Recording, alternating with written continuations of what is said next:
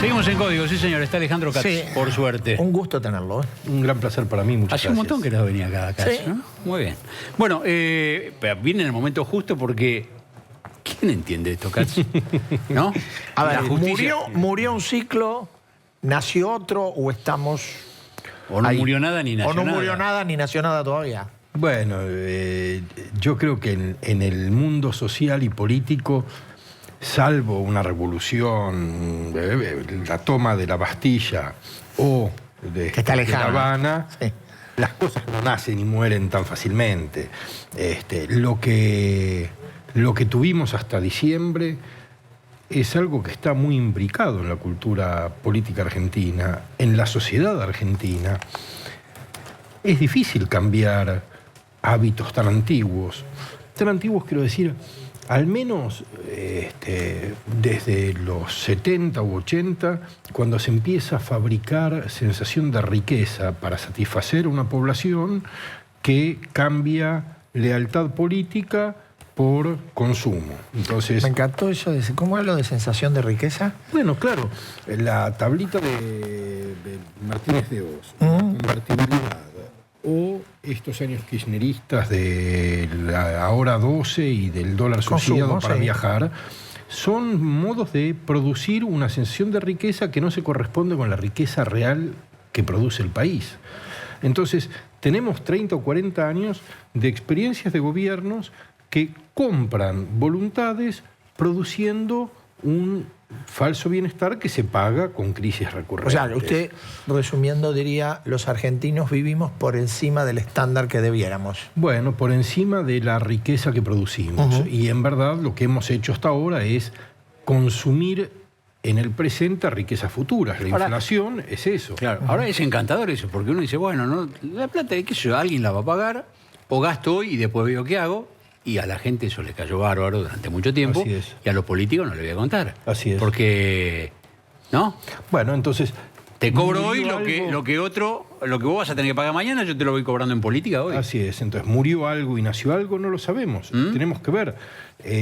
Parte de los problemas de este gobierno tiene que ver con la administración de la relación entre corto plazo y largo plazo. Sí. Quiero decir, va a entrar dinero ahora por el blanqueo. Ese dinero va a generar un dólar barato, ese dólar barato va a ir al consumo y va a desfavorecer la producción y el gobierno está en condiciones de... Hay un problema de ingeniería electoral que hace que los ciclos sean muy cortos. Cada 2 años el gobierno tiene que arreglar. Sí. Quiero decir, hay problemas estructurales y todavía no sabemos si vamos a hacer las cosas diferentes del modo en el que las hemos hecho hasta ahora y con el que nos ha ido muy mal. Está claro que la economía, así como usted la describe, es lo que le marca la impronta a la vida social. Ahora, hay algunas cuestiones culturales que por ahí sí ya están o no, están mostrando algún cambio de época. Bueno, Me yo... refiero a culturales no a Sí, un sí, centro sí, cultural, sí, sí, sí. sino al modo en que nos relacionamos y que la sociedad y el individuo se relaciona con el poder. Bueno, yo quisiera creer que este gobierno puede aportar 2 cosas a la vida pública. Una mejor calidad democrática respecto de los años anteriores, un parlamento que funciona y en el que las leyes se discuten y negocian. Un mayor federalismo, como decía el gobernador Lifshitz recién, que es fundamental para la vida de un país como este. Pero también un capitalismo más dinámico y más competitivo. Argentina es un país que ha rechazado el capitalismo competitivo, que ha producido un capitalismo prebendario y patrimonialista, y si el gobierno puede dinamizar el capitalismo, habrá hecho 2 beneficios, habrá introducido 2 mejoras. Ahora, es un gobierno que tiene demasiada fe en las virtudes del capital sobre la realidad económica y social. Digamos, una visión muy mercadista, por llamarla de alguna manera. Sí, yo creo que ahí es una visión, lo diría de un modo que creo que a ellos no les gustaría, porque ellos Dígalo. se ven Dígalo a sí porque... mismos como modernizadores y creo que tienen una idea vieja del capitalismo, la idea de que entra el capital genera empleo, el empleo genera consumo, el consumo dinamiza la economía y estimula más inversiones. Pero mientras tanto la gente la pasa fulera. No solo eso, sino que lo cierto del capitalismo contemporáneo es que el capital y el trabajo se desacoplaron. No estamos en el mundo de la fábrica de Ford, donde el señor invierte, sus obreros producen autos y con lo que compran los autos que se producen. Hoy el capital puede producir riquezas sin producir trabajo, o produciendo poco trabajo, o no. Y hay que empezar a pensar el país de ese modo, un país en el que no va a haber trabajo para todos, y sin embargo necesitamos que todos vivan con dignidad.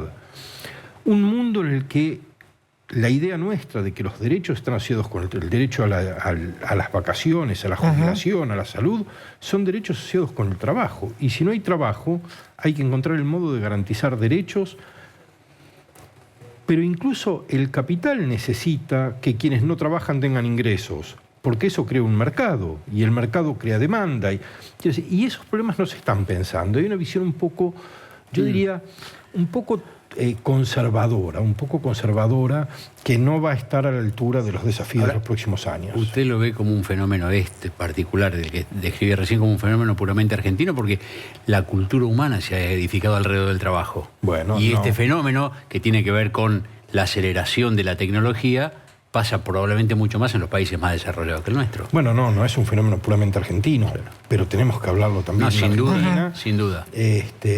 Y creo que uno de los riesgos es que insistamos en una conducta cíclica de favorecer durante un tiempo el capital y luego favorecer las estructuras tradicionales de ingresos y que no estemos en condiciones de pensar el país con paradigmas diferentes. Sí, bueno, da la impresión, por lo que decía Julio, hoy uno mira lo que sucede en España, lo que estaba sucediendo hoy en Gran Bretaña, lo que sucede en Estados Unidos, y hay como fenómenos.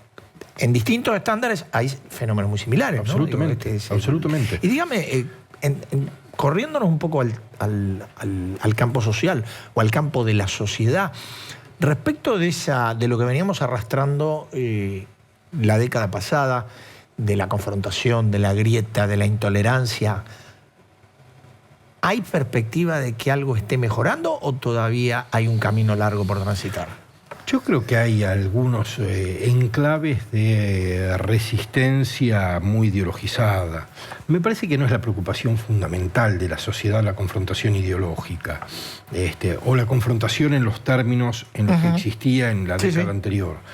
Creo de todos modos que la sociedad está muy fragmentada, no por cuestiones ideológicas, sino por cuestiones económicas. Quiero decir, hay mucha gente que no accede a bienes públicos de calidad, mucha gente que no tiene un horizonte de futuro con un mínimo de certezas y de entusiasmos. Y eso provoca mucha desarticulación social y va a provocar muchos problemas sociales que hay que tratar de empezar a resolver. ¿Y en cuánto tiempo se empiezan a resolver? Porque como pensamos la política con los ciclos de 2 años, que cada vez que hay elecciones, muchas veces se piensa en términos de consumo para hasta la próxima vacación, quienes pueden o podemos consumir.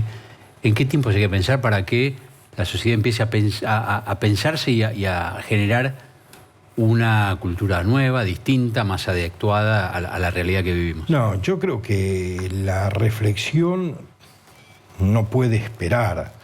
Tenemos que empezar a hacer cosas para que el futuro sea diferente que el pasado.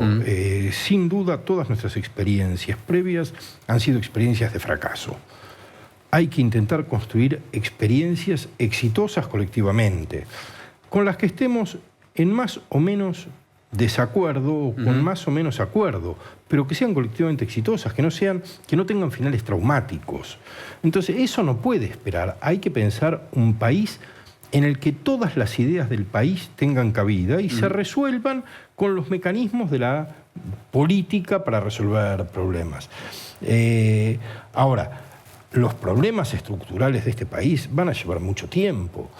Depende también qué recursos de capital, humanos, técnicos, etcétera, apliquemos. La educación necesita inversiones importantes e inmediatas. Hay que dar dar hay que dar oportunidades a quienes no las tienen por herencia, y no podemos seguir haciendo un país en el cual la única forma de ascenso social sea la herencia o la delincuencia. Y hoy la sensación colectiva es esa: o se hereda o se roba, y la política se ha convertido en una forma de robar para quienes no pueden heredar. Digo, no es un buen escenario. No. Dígame si usted, supongo que va a concordar, en dos palabras uno diría el kirchnerismo era hegemonista e intransigente, ¿no? ¿Qué dos palabras le cabrían al macrismo en estos 6 meses? No, yo creo que el macrismo, y lo voy a decir con prudencia, porque no quiero... Lo digo con prudencia, pero yo creo que el macrismo tiene 2 problemas. Uno es un problema de cosmovisión. Quiero decir, al menos el discurso público del macrismo indica que tienen dificultades para ver el mundo desde un lugar que no es el propio.